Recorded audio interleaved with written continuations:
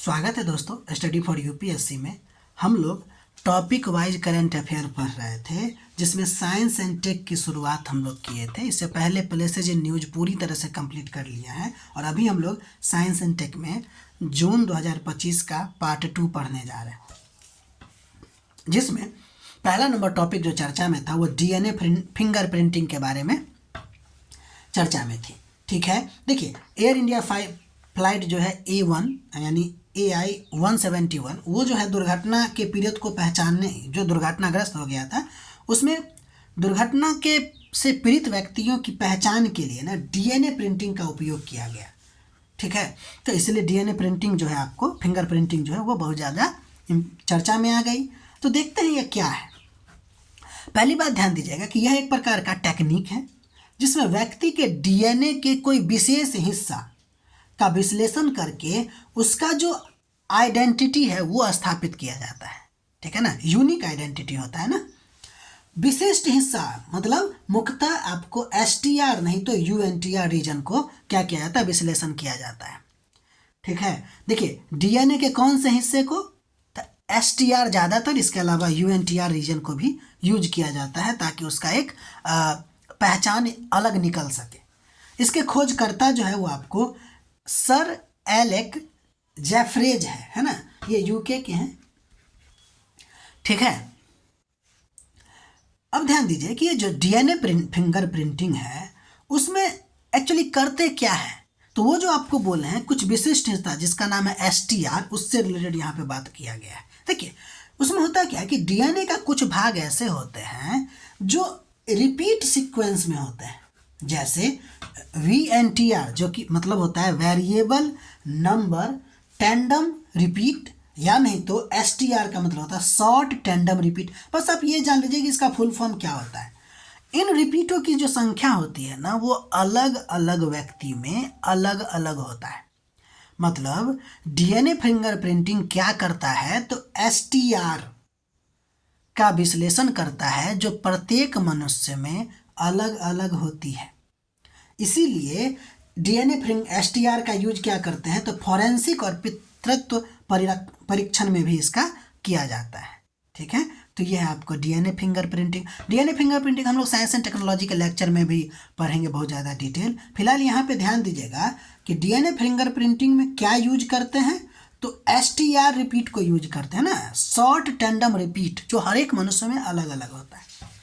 ठीक है, अगला नंबर टॉपिक जो आपको चर्चा में थी वो था आपको विटामिन B9। देखिए एम्स ने एक अध्ययन किया था जिसमें बताया कि उत्तर भारत के सरकारी स्कूल में लगभग जो 41% शहरी युवक है ना, शहरी किशोर है ना, उसमें फोलेट यानी विटामिन 9 की कमी है। तो इसलिए हम लोग विटामिन 9 पढ़ने जा रहे हैं। विटामिन 9 के बारे में पहली बात तो ये देख लीजिए कि यह जल में घुलनशील विटामिन है। ठीक है, और इसके दो रूप होते हैं, एक फोलेट जो प्राकृतिक रूप से भोजन से मिलता है और दूसरा फॉलिक एसिड जो सिंथेटिक रूप से दवाइयों से या फोर्टिफाइड फूड से मिलता है। ठीक, विटामिन 9 घुलनशील विटामिन होते हैं जल में और ये आपको दो रूप में होता है, समझ गए। ये बहुत इंपॉर्टेंट है, इसका काम देखिए, जैविक फंक्शन क्या है इसका। तो पहली बात तो डीएनए सिंथेसिस एवं रिपेयर में इसका उपयोग होता है, RNA निर्माण में होता है, रक्त निर्माण में यानी कि RBC के फॉर्मेशन में होता है, सेल डिवीजन और ग्रोथ में होता है, न्यूरल ट्यूब डेवलपमेंट में होता है यानी कि भ्रूण में ब्रेन और स्पाइनल कॉर्ड के विकास में होता है।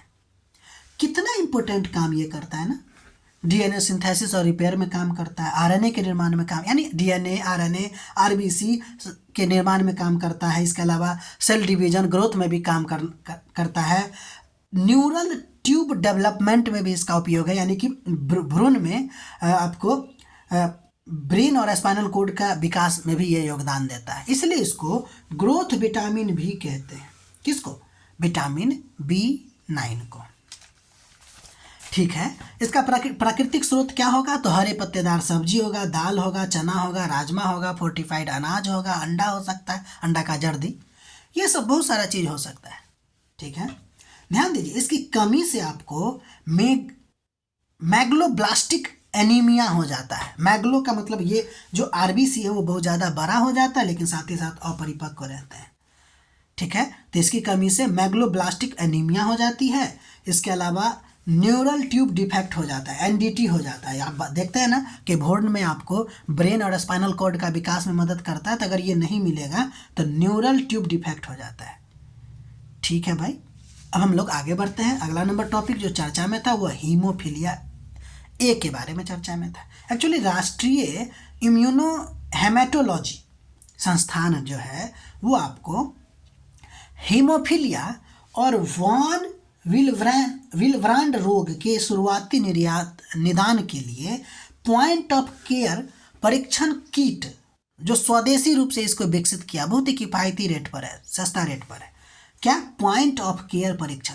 इसीलिए हीमोफीलिया जो है आपको वो रोग चर्चा में आ गया। तो हम लोग हीमोफीलिया के बारे में देखते हैं। देखिए, यह एक प्रकार का आनुवांशिक बीमारी है, रक्तस्राव का विकार है। क्या है ये? रक्तस्राव का विकार है, जिसमें रक्त का थक्का ठीक से नहीं जमता, यानी कि ब्लड क्लॉटिंग नहीं हो पाता है। और ब्लड क्लॉटिंग क्यों नहीं हो पाता है? क्योंकि ब्लड क्लॉटिंग फैक्टर की कमी होती है।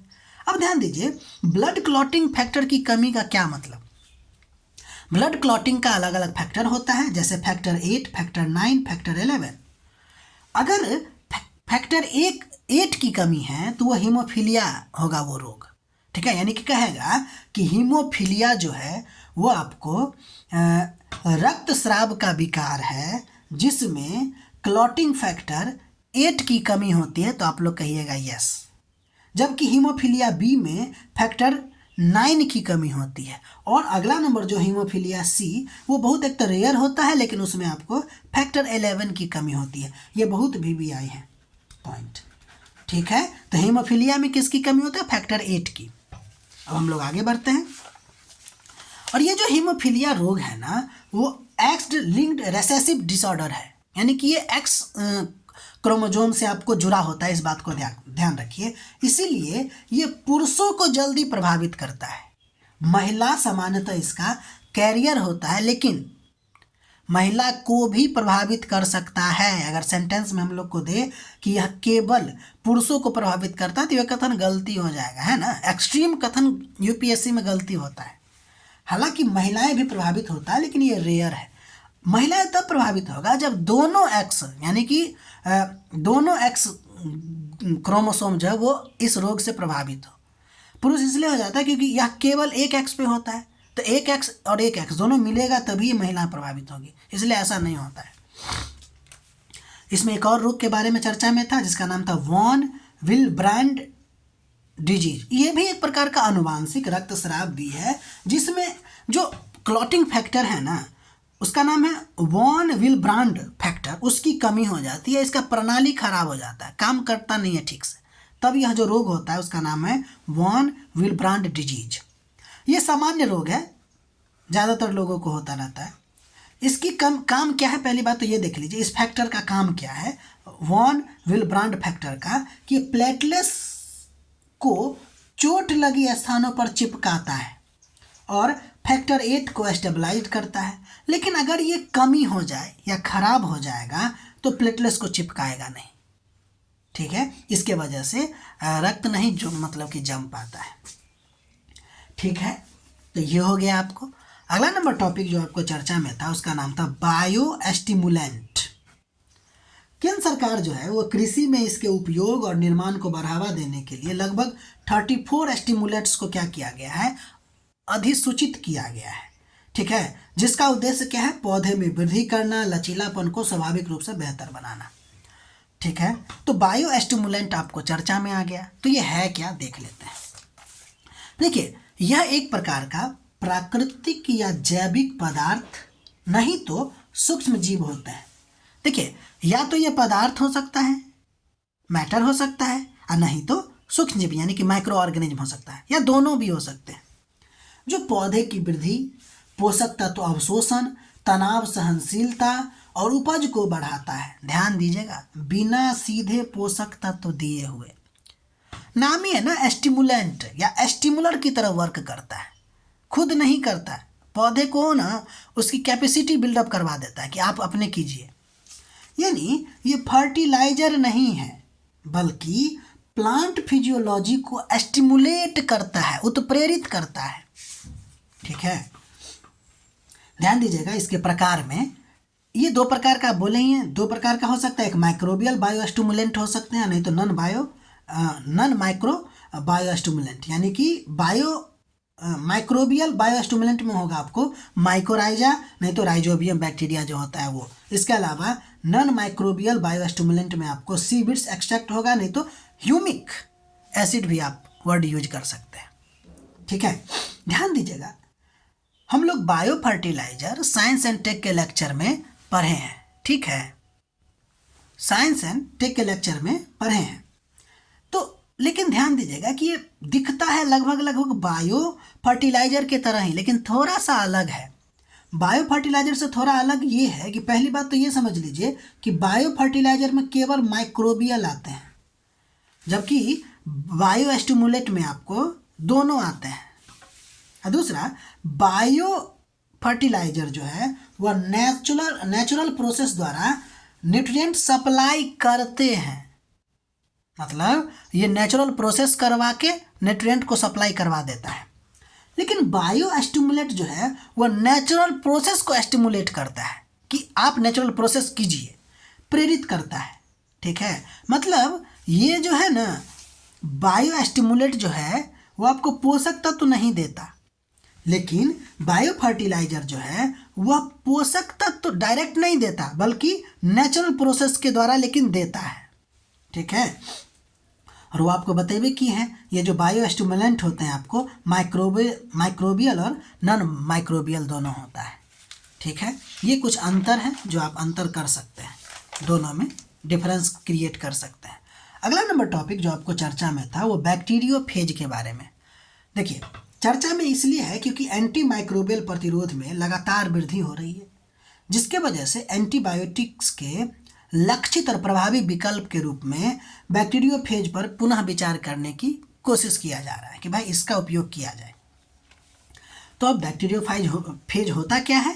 तो एक वायरस होता है, बैक्टीरिया नहीं है, ये वायरस है जो केवल, ये भी बात को याद रखिएगा, केवल बैक्टीरिया को इन्फेक्ट करता है। कह देगा ह्यूमन को भी करता है, तो नहीं, केवल बैक्टीरिया को करता है। फेज का मतलब होता है ईटर, यानी बैक्टीरिया को खाने वाला होता है।